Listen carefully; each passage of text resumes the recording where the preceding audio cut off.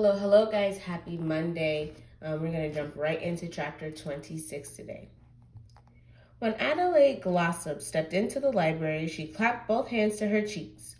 Aunt Louisa's cabinet! I haven't seen that in years. Without another word, she walked straight to Miss Cavendish's cabinet. The principal followed, while under the desk, Eddie and Alfie found a good spot to settle down and watch. My Aunt Louisa made furniture, said Adelaide Glossop, running her hand over the woodwork. She was quite well known, and this is an especially beautiful piece. Oh, look, some of Aunt Lou's old books are still on the shelves. She reached for me. I don't believe it. Here's Anne of Green Gables, my favorite book as a child, and this is the very copy I read. A classic, said the principal, smiling agreeably. And so is the cabinet, so kind of your aunt to donate it to our library. Excuse me? Said a quiet voice. The principal jumped. Oh, Miss Fish, I didn't notice you there. This is Adelaide Glossop. She's the niece of our famous Miss Cavendish. I see, said the Visher. But it was clear from her voice that she didn't see at all. Adelaide Glossop pointed at the cabinet. I wanted to see this again. One of your students, a little girl named Hazel, is my neighbor. She came to see me on Saturday, asking about my aunt. What a surprise. I thought everyone had forgotten Aunt Lou by now. Oh, she's not forgotten here, said the principal, smiling. I can see that. There's one of her rocking chairs, too. She made 3 or 4 of those. Called them her reading rockers. I can't tell you what a pleasure it is, Mr. Seaman, to see Aunt Lou's work here. I know how she loved this library. Eddie and Alfie listened to all this from the distance, of course. But closer to the cabinet, a group of 5th graders was researching weather and climate. And they listened in too. One of them, a girl, spoke up. There's a picture of Miss Cavendish here, Mr. Steeman, in our library. There is, said the principal. Where's Tanika? By the atlases, I'll show you. A moment later, the principal was back, blowing dust off a framed photograph. Tanika's right. I have no idea how this photo got hidden away back there.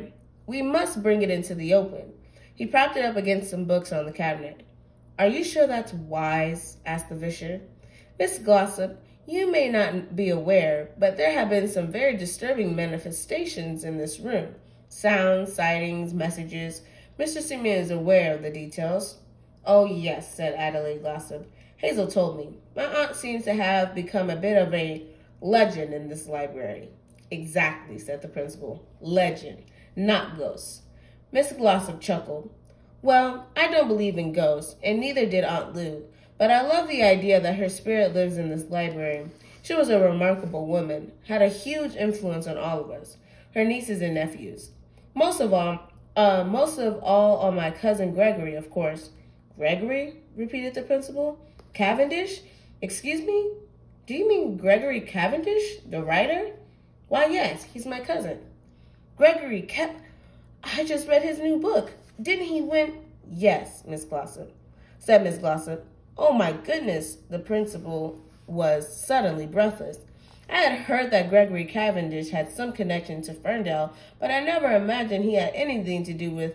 My goodness, that is amazing. Aunt Lou encouraged Greg, said Miss Glossop. His reading, of course, then his writing.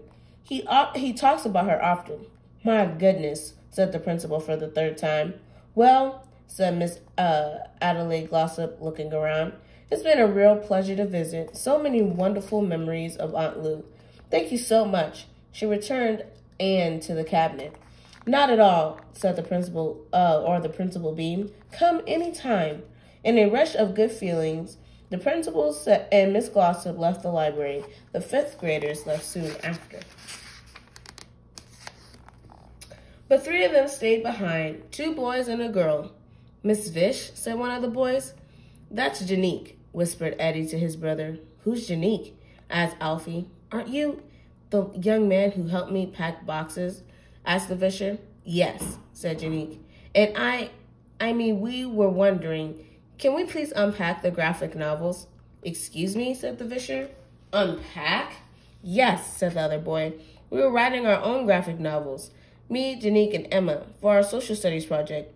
Janique told us that you put the graphic novels in boxes. but we need them for research. Plus, we want to be graphic novelists, said the girl, when we grow up. Not me, said Janique. I want to be a cartoonist in the New Yorker. I want to make books like Wimpy Kid, said the other boy. So you see, said the girl, we need the books. Could you please unpack them, Miss Vish? For heaven's sake, said the Visher. Can't you get them out of the public library? All three of the children stared at her in shock. Oh, very well, said the Visher, as if I don't have enough to do. A few minutes later, Eddie and Alfie were treated to the odd sight, or at least it looked odd to Eddie, of the Visher packing the science fiction books into boxes while the fifth graders unpacked the graphic novels out of the other boxes. I don't understand the Squisher, said Alfie. Don't worry about it, said Eddie. None of us do. And with that, he felt a sudden pang. Out of all the bugs in the family, the one who had the best understanding of the peculiarities of Squishers was Aunt Min. She would definitely have something to say about these boxes.